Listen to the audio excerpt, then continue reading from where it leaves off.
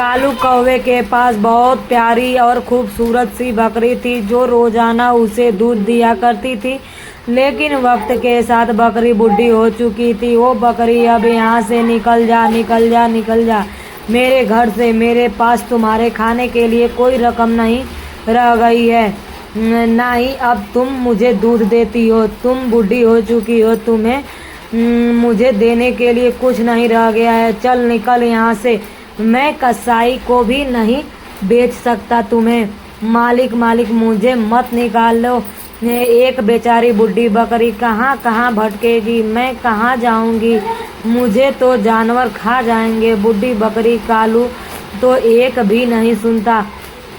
ऐसी ही बूढ़ी बकरी उम्मीद लेकर गौरी के पास आती है। गौरी, गौरी बहन, आप ही मुझे बचा सकती हैं। मेरा मालिक कालू है ना, मुझे घर से निकाल रहा है। मैं आपसे पक्का वादा करती हूँ, मैं आपको तंग भी नहीं करूँगी, बस मैं खड़ी ही रहूँगी।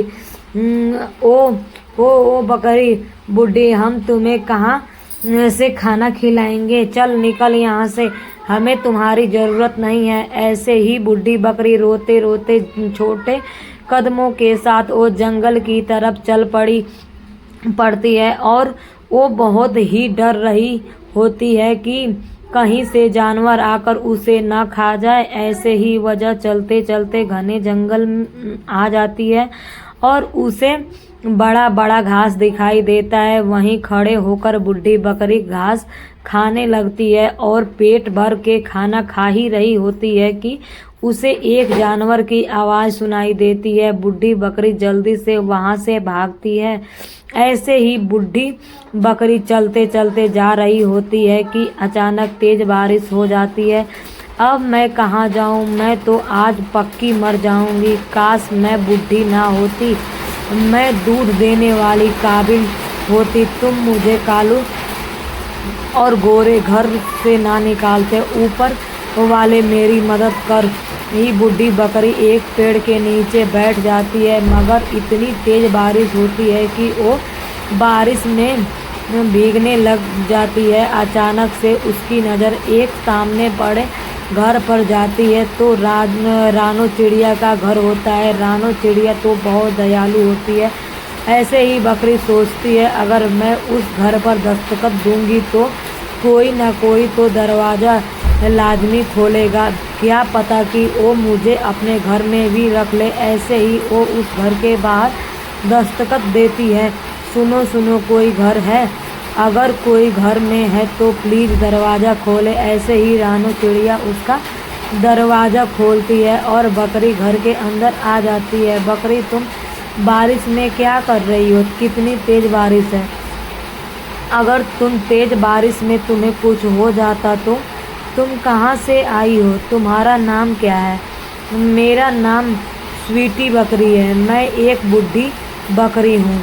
मैं पहले कालू और गोरी के घर रहती थी। मैं उनको खूब दूध दिया करती थी, लेकिन अब मैं बूढ़ी हो चुकी थी।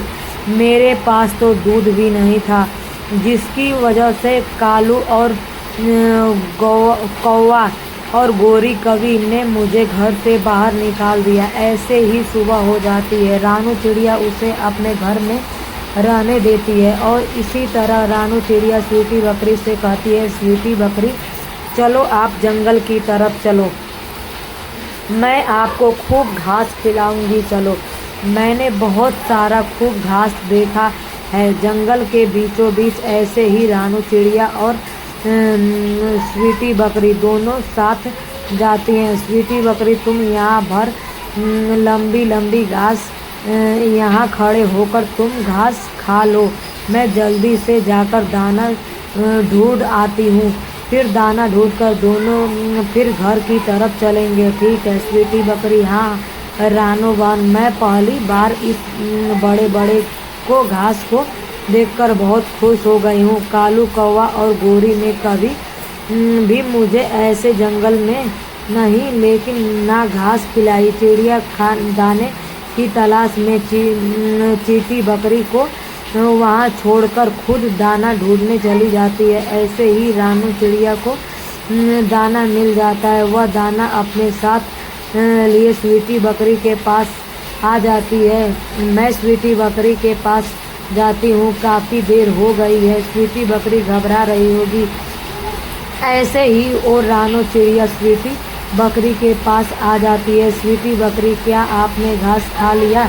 पेट भर के घास खा लिया तो मैं ऐसे ही स्वीटी बकरी और रानो चिड़िया दोनों घर की तरफ चल पड़ती हैं। स्वीटी बकरी ने पहली बार पेट भर कर घास खाया था। रानो, मैं बहुत खुश हूँ। पहली बार मैंने पेट भर के खाना खाया। जैसे ही घर आते हैं स्वीटी बकरी रानो से कहती है, रानो, मेरे पास बहुत दूध है। तुम कोई बर्तन ले आओ और मुझसे दूध ले सकती हो। मिट्टी पकड़ी, मगर आपके पास तो दूध नहीं था। आप तो बूढ़ी हो चुकी हो ना। नहीं रानू, मेरे पास काफ़ी दूध है। वो तो गोरी और कालू मुझे